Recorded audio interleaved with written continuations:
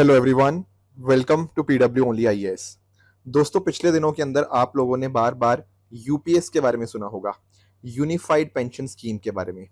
And साथ ही साथ आपने ये भी सुना होगा कि जो यूपीएस है वो दरअसल में ओल्ड पेंशन स्कीम और साथ साथ न्यू पेंशन स्कीम का एक कॉम्बिनेशन देखने को मिलता है। तो आइए जानते हैं आज के सेशन के अंदर ही क्या है आखिर ये आपकी यूपीएस एंड किस तरह से ओपीएस और एनपीएस का एक कॉम्बिनेशन यहाँ पे देखने को मिल जाएगा।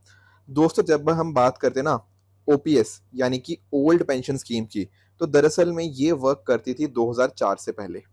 ठीक है, इसीलिए नाम इसका ओल्ड रखा गया है क्योंकि ये पहले हुआ करती थी। अब इसमें क्या था, यहां पर ना एक जो एम्प्लॉय है, एक एम्प्लॉय को अश्योर्ड पेंशन मिलती थी। अश्योर्ड का मतलब कि आपको इतनी पेंशन मिलेगी ही, यानी कि पेंशन कितनी अमाउंट होगी उसकी अश्योरेंस होती थी। और इसको कैलकुलेट करने का तरीका बहुत ही आसान था। देखो, जब भी एक इंसान की हम सैलरी की बात करते हैं, इस तरह से कुछ उसकी सैलरी स्लिप होती है, जिस सैलरी स्लिप के अंदर उस पर्टिकुलर पर्सन की बेसिक पे हो गया, उसका डियरनेस अलाउंस हो गया, एचआरए हो गया, इस तरह से बहुत सारी चीजें करने के बाद उसकी ग्रॉस सैलरी बनती है। तो दरअसल में हम क्या देखते थे ओल्ड पेंशन स्कीम के अंदर कि एक पर्सन की बेसिक पे कितनी है, उसका डीएनएस अलाउंस कितना है, इसको यहाँ पे देखा जाता था टोटल अमाउंट को। जब भी वो रिटायर हुआ है पर्सन, उस समय इनकी अमाउंट चेक करी जाती थी। मान लेते हैं कि ये सारा कुछ पैसा ऐड करने के बाद, बेसिक पे और आपका डीएनएस अलाउंस ऐड करने के बाद पैसा आया 50,000 रुपए। अब जो उसकी स्टार्टिंग जो पेंशन लगेगी ना उस पर्सन की, वो इस अमाउंट का 50% हुआ करती थी, यानी कि 25,000 यहाँ पे हमें देखने को मिल जाएगा। तो this is how a person was assured pension, कि उसकी पेंशन कितनी होगी ये उसको पता होता था। जो भी उसकी आखिरी ड्रॉन बेसिक सैलरी और डीएनएस अलाउंस होगा, उसका 50% उसका अश्योर्ड पेंशन हो जाता था। और फिर समय समय के ऊपर महंगाई के हिसाब से उसको चेंज किया जाता था। वो तो चीज आप समझते ही होंगे। पर क्या आपने एक चीज नोटिस करी, इस केस में ना इंप्लॉय ने कुछ भी पैसा कंट्रीब्यूट नहीं किया। Are you getting this point? यहां पर ये जो पैसा सारा का सारा पेंशन में दिया जा रहा है, यहां पर जो कंट्रीब्यूशन था वो बिल्कुल भी इंप्लॉय ने नहीं किया। अब इससे दिक्कत पता क्या आती थी? दिक्कत ये आती थी कि मान लीजिए आज के आपके जो पर्सन रिटायर हो चुके हैं, इनको सरकार ने पेंशन देनी है।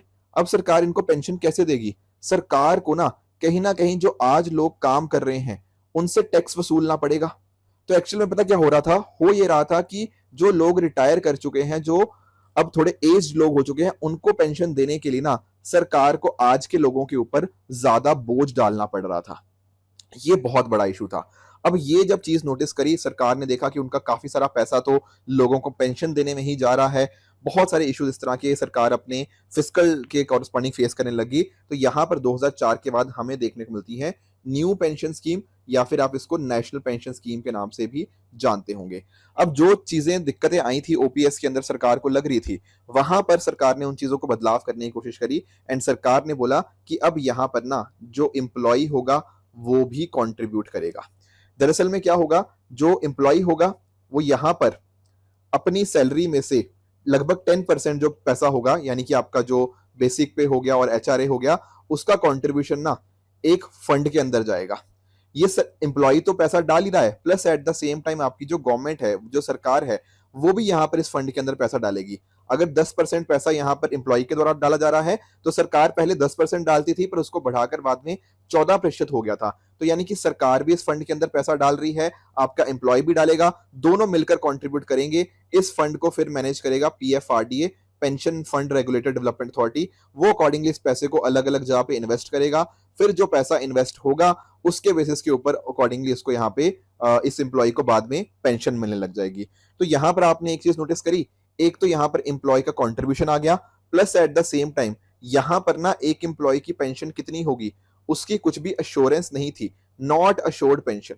क्या आप एक चीज रियलाइज कर रहे हो? ये डिपेंड करेगा इस बात के ऊपर कि यहाँ पर इन्वेस्टमेंट कहाँ पर हुई है, वहां से कैसे रिटर्न्स आए हैं, अकॉर्डिंगली उस चीज पे इन्वेस्टमेंट के बेसिस के ऊपर यहाँ पर इनको पेंशन मिलेगी। Not on the it and it is not a assured pension.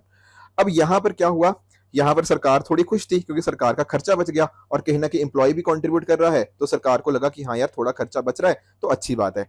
पर दिक्कत दरअसल में ये होगी ना कि अगर हम कंपैरिजन करें, जैसे 2004 से पहले ओल्ड पेंशन स्कीम थी और 2004 के बाद हमें न्यू पेंशन स्कीम देखने को मिली, इसमें ना लोगों ने, जो कहीं ना कहीं एम्प्लॉइज थे, उन्होंने एक बार नोटिस करी कि यार न्यू पेंशन स्कीम के अंतर्गत ना उतना उनको पेंशन नहीं मिल रही जितना ओपीएस के अंदर था। क्यों? क्योंकि ओपीएस के अंदर पूरा का पूरा पैसा सरकार ही दे रही थी, एम्प्लॉय कुछ पैसा कंट्रीब्यूट नहीं कर रहा था, plus at the same time उनको अश्योर्ड पेंशन भी थी। तो जो एक्चुअली मुलाजिम थे ना, जो एम्प्लॉइज थे, उनको बेनिफिट दिख रहा है आज के समय के ऊपर कि ओपीएस में बहुत ज्यादा बेनिफिट था एक एम्प्लॉय के पर्सपेक्टिव से, पर एनपीएस के अंदर वो सारे बेनिफिट्स नहीं देखने को मिले। स्टार्टिंग में ऐसा लगा था कि शायद लोगों को भी, एम्प्लॉइज को फायदा होगा, पर जब जब लगभग 15-20 साल बीत गए हैं ना, तो बहुत सारे लोगों का ऐसा मानना है कि एनपीएस का बेनिफिट एम्प्लॉइज को कम मिल रहा है। अब सरकार ने भी ये चीज नोटिस करी, सरकार के ऊपर भी थोड़ा दबाव इसके केस में आया, तो सरकार ने बोला कि हम एक काम करते हैं, हम यूपीएस लेकर आते हैं जहां पर आपके ओपीएस और एनपीएस दोनों के कुछ कुछ फीचर्स हमें यहाँ पे देखने को मिल जाएंगे। हालांकि ज्यादातर जो फीचर्स हैं वो ओल्ड पेंशन स्कीम के साथ मिलते जुलते हैं, मैं ये नहीं कह रहा कि एग्जैक्ट है, नहीं, थोड़े से फीचर्स ओपीएस के हैं, थोड़े से आपके एनपीएस के यहाँ पे फीचर्स देखने को मिल जाएंगे। पहले मैं आपको यूपीएस के थोड़े फीचर बताता हूँ, फिर मैं आपको एक्सप्लेन कर दूंगा कि कैसे दोनों के फीचर्स यहाँ पे देखने को मिल जाएंगे। पहली चीज आप नोटिस करोगे कि यहाँ पर ना आपकी जो पेंशन है वो आपको अश्योर्ड पेंशन देखने को मिल जाएगी। अब अगर आपने ध्यान से सुना है तो आप जानते होंगे कि यार ओपीएस के अंदर अश्योर्ड पेंशन हुआ करती थी, तो बिल्कुल यहां पर भी ऐसा ही है। यहां पर जो अश्योर्ड पेंशन मिलेगी ना, वो उसी तरह से होगी जैसे फॉर एग्जांपल एक पर्सन का जो डीए और आपका जो बेसिक पे था, जो भी उसका लास्ट 12 मंथ्स की एवरेज सैलरी रही होगी इसके कॉरस्पॉन्डिंग, उसका 50% उसको इसका 50% डेफिनेटली अश्योर्ड पेंशन होगा।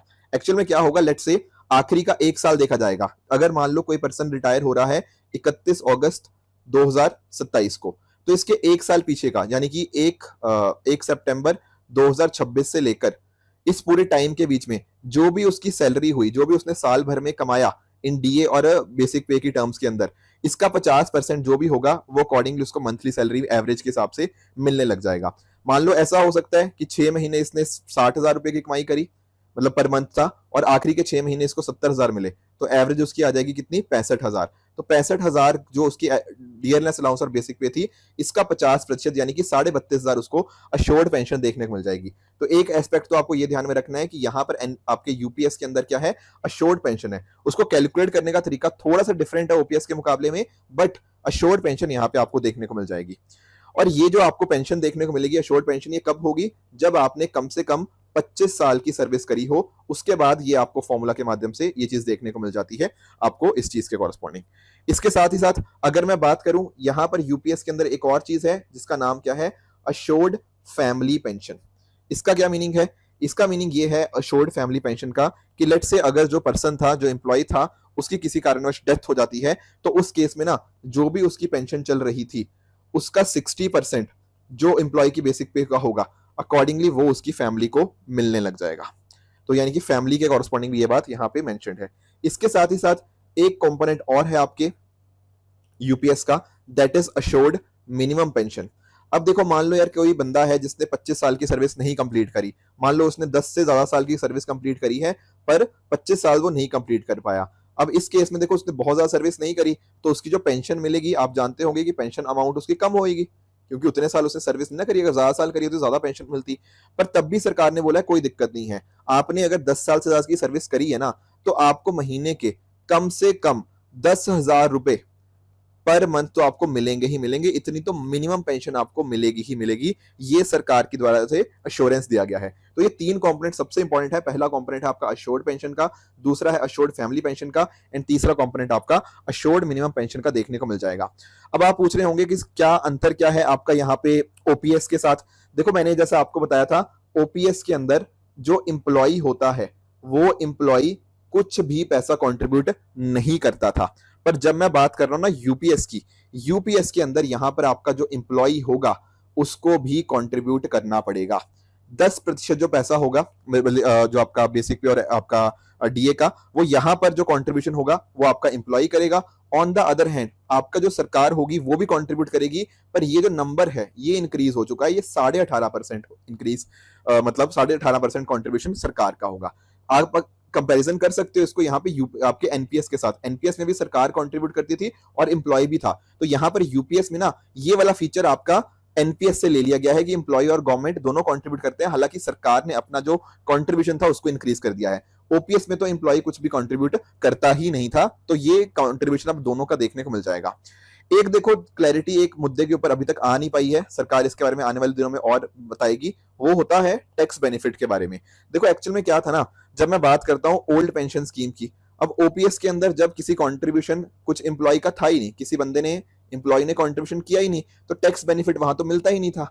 एनपीएस के अंदर क्या होता था ना, यहां पर जो भी एम्प्लॉय का कंट्रीब्यूशन था वो टैक्स बेनिफिट उसको मिल जाता था। मान लो एक एम्प्लॉय की सैलरी है 50,000 रुपए, एंड अकॉर्डिंगली वो 5,000 रुपया कॉन्ट्रीब्यूट कर रहा है अपनी पेंशन के कॉरस्पॉन्डिंग, तो ये जो 5,000 वाला पैसा था ना, इसके ऊपर टैक्स नहीं लगता था, तो उसकी टैक्सेबल इनकम कम हो जाती थी 45,000 रुपए। ये था एनपीएस के अंदर। ओपीएस के अंदर तो क्योंकि कंट्रीब्यूशन है ही नहीं, तो टैक्स बेनिफिट का सवाल ही नहीं उठता। अगर मैं बात करता हूँ यूपीएस की, यूनिफाइड जो आपका है ना पेंशन सर्विस की, यहां पर अभी तक सरकार इसके बारे में क्लैरिटी नहीं दे पाई है। इसके बारे में हमें जानकारी आने वाले दिनों में मिल सकती है। बाकी देखो मिनिमम पेंशन का मैंने आपको बता ही दिया। उसके अलावा अगर मैं बात करूंगा, एक मुद्दा है लंपसम पेमेंट के बारे में। एक्चुअल में क्या होता था ना पहले, अगर मैं बात लेट से ओपीएस की बात करता हूं, अब ओपीएस में क्या होता था, लेट से आपको जब एक पर्सन रिटायर होगा, अब या तो एक चीज हो सकती थी कि वो लमसम पेमेंट ले ले अपने पास। लमसम पेमेंट का मतलब होता है कि मान लो जैसे बंदा रिटायर हुआ, उसने कुछ पैसा निकलवा लिया, मान लो 5 लाख हो गया या 10 लाख हो गया, वो कंटिन्यूसली इकट्ठा एक बार में उसने पैसा निकाल दिया, और साथ साथ उसको पेंशन भी मिलेगी। अगर मान लो एक पर्सन ने ना ये लमसम अमाउंट निकाल लिया था, तो अकॉर्डिंगली उसको जो पेंशन अमाउंट मंथली बेस पे मिलती थी वो कम होने लग जाती थी, वो कम अमाउंट मिलता था। पर यूपीएस के अंदर ऐसा बोला गया है कि जो भी अमाउंट अगर मान लो किसी पर्सन को लमसम के लिए चाहिए, वो ले सकता है, उसको हम अकॉर्डिंगली कैलकुलेट करते रहेंगे, पर उसका इंपैक्ट पेंशन वाली अमाउंट के ऊपर नहीं पड़ेगा। तो लमसम अमाउंट को कैलकुलेट करते रहेंगे, 1/10 आपका मंथली एमोलमेंट्स के बेसिस के ऊपर हर 6 महीने के कॉरस्पॉन्डिंग उसको यहाँ पे हम कैलकुलेट करते रहेंगे, पर उस चीज का इंपैक्ट उसकी पेंशन अमाउंट के ऊपर नहीं पड़ेगा। This is one difference that is there in आपका यूनिफाइड आपका जो पेंशन सर्विस है। तो आपको ध्यान बस मेजरली यही रखना है कि जब हम बात करते थे ना ओपीएस एनपीएस और यूपीएस के बीच में, ओपीएस आपका 2004 से पहले देखने को मिलता था, ये 2004 के बाद देखने को मिला। अब यूपीएस में ना, यूपीएस भले ही आज के टाइम सरकार ने बोल दिया कि ये आ रहा है, अब और आने वाले दिनों में ये हो भी जाएगा, बट आपको ध्यान में रखना है कि सरकार ने ना यहाँ पर ऑप्शन दिया हुआ है कि कोई इंप्लॉय चाहे तो वो एनपीएस के अंदर कंटिन्यू कर सकता है, और कोई इंप्लॉय चाहे तो अकॉर्डिंगली वो यूपीएस के अंदर भी आ सकता है। अब अभी तक का जो मुद्दा मैं देखने को मिल रहा है, वो ज्यादातर लोग यूपीएस में ही शिफ्ट होंगे, क्योंकि यहाँ पर इंप्लॉयज को ज्यादा बेनिफिट है। बहुत ही कम लोग होंगे जो एक्चुअली एनपीएस में रहना चाहेंगे, बट एनीवेज आपको पॉइंट पता होना चाहिए। हालांकि बहुत ज्यादा अगर मैं बात करूं ट्रेड यूनियंस की, तो यहाँ पर वो बहुत ज्यादा खुश नहीं है इस चीज के साथ, क्योंकि उनका ये मानना है कि ओपीएस सबसे बढ़िया था, यूपीएस के अंदर भी कंट्रीब्यूशन है एम्प्लॉय को, और भी चीजें हैं जो उनको मजेदार नहीं लग रही ओपीएस के मुकाबले में। बट पॉइंट यही ध्यान रखो, ओपीएस में एम्प्लॉय का कंट्रीब्यूशन कुछ नहीं होता था, एनपीएस में एम्प्लॉय का कंट्रीब्यूशन हमें यहाँ पे देखने को मिल गया, यूपीएस के अंदर भी एम्प्लॉय का कंट्रीब्यूशन हमें देखने को मिल जाता है। ओपीएस के अंदर आपकी जो पेंशन होती थी वो अश्योर्ड होती थी, एनपीएस के अंदर आपकी पेंशन जो थी वो अश्योर्ड नहीं थी, यूपीएस के अंदर आपकी पेंशन अश्योर्ड कर दी गई है। अगर ये कुछ बेसिक आइडियाज आपको पता होंगे, तो जैसा भी क्वेश्चन यूपीएससी आपसे पूछेगा, आई एम श्योर आप उस चीज को बहुत अच्छे से टैकल कर लोगे। तो आई होप आपको ये तीनों की तीनों चीजों के बीच में जो अंतर था, कैसे कैसे क्या क्या चेंजेस आए हैं, ये सारी चीजें अच्छे से समझ आ गई होंगी। दोस्तों इसी तरह से आप भी अपने एंड पे हार्डवर्क करते रहिए। Thank you so much for joining, all the very best.